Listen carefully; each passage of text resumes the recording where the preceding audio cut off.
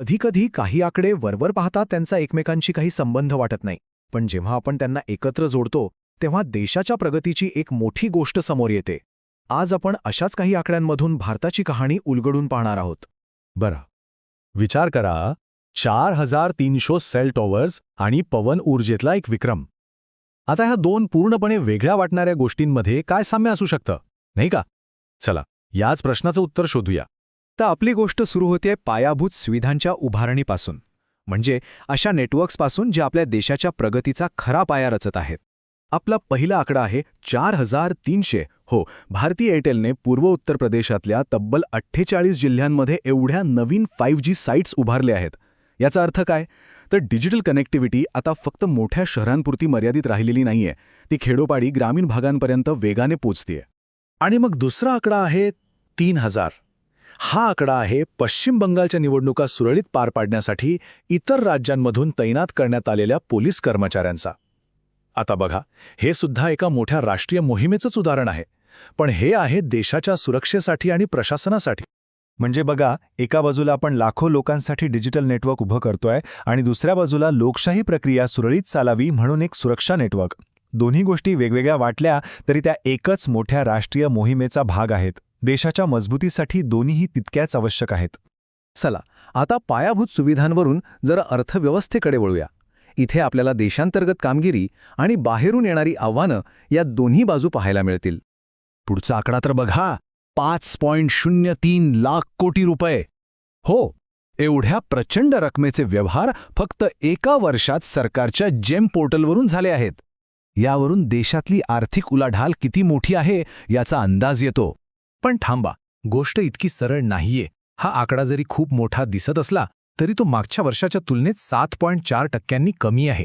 आणि इथेच आपल्याला आर्थिक चित्राची दुसरी, अधिक गुंतागुंतीची बाजू दिसायला लागते. या आर्थिक दबावामागे एक खूप मोठं कारण आहे, ते म्हणजे जागतिक ऊर्जा बाजारातली अस्थिरता. आंतरराष्ट्रीय पातळीवर काहीही घडामोडी झाल्या की तेल आणि गॅसच्या किमती लगेच वरखाली होतात, आणि त्याचा थेट फटका आपल्या अर्थव्यवस्थेला बसतो. याचं एक ताजं उदाहरण बघूया. जागतिक बाजारातल्या याच बदलांमुळे श्रीलंकेला त्यांच्या स्वयंपाकाच्या गॅसच्या किमती तब्बल 23% वाढवाव्या लागल्या. यावरून आपल्याला कळतं की जागतिक ऊर्जा बाजारावर अवलंबून राहणं किती महागात पडू शकतं. तर ही सगळी आव्हानं आपल्या डोळ्यासमोर आहेत, आणि याच पार्श्वभूमीवर आता आपण एका मोठ्या सकारात्मक गोष्टीकडे वळूया. ही गोष्ट म्हणजे या आव्हानांवर भारताने दिलेलं एक धोरणात्मक उत्तरच आहे असं म्हणायला हरकत नाही. आणि तो आकडा आहे 6.05 गिगावॉट. हो, भारताने फक्त एका आर्थिक वर्षात एवढी नवीन पवन ऊर्जा क्षमता तयार केली आहे. आणि ऐका, ही काही साधीसुधी वाढ नाहीये. भारताच्या इतिहासात एका वर्षात झालेली ही सर्वात मोठी पवन ऊर्जा क्षमता वाढ आहे. हा एक ऐतिहासिक विक्रम आहे. या विक्रमी वाढीमुळे काय झालं तर भारताची एकूण पवन ऊर्जा क्षमता आता 56 गिगावॅटच्याही पुढे गेली आहे. यातून एक गोष्ट स्पष्ट होते, पवन ऊर्जेबद्दल भारत किती गंभीर आहे हेच यातून दिसतं. तर मग 4305 टॉवर्स, अर्थव्यवस्थेवरचा दबाव आणि पवन ऊर्जेचा हा विक्रम, या सगळ्यांचा एकमेकांशी नेमका संबंध काय? चला, हे सगळे दुवे आता जोडून बघूया. आणि हाच तो सगळ्यात महत्त्वाचा मुद्दा आहे.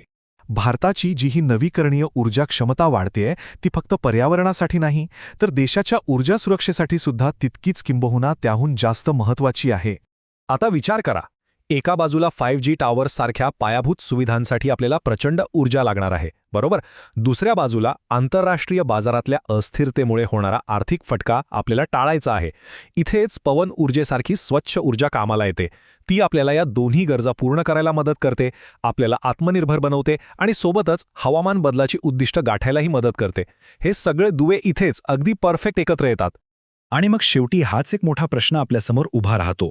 भारताच्या गरजा, भारताच्या आकांक्षा वेगाने वाढत आहेत, पण या वाढत्या वेगासोबत आपली ही हरित ऊर्जा क्रांती टिकून राहू शकेल का? असं वाटतं की आपल्या भविष्यातील प्रगती याच प्रश्नाच्या उत्तरावर अवलंबून आहे.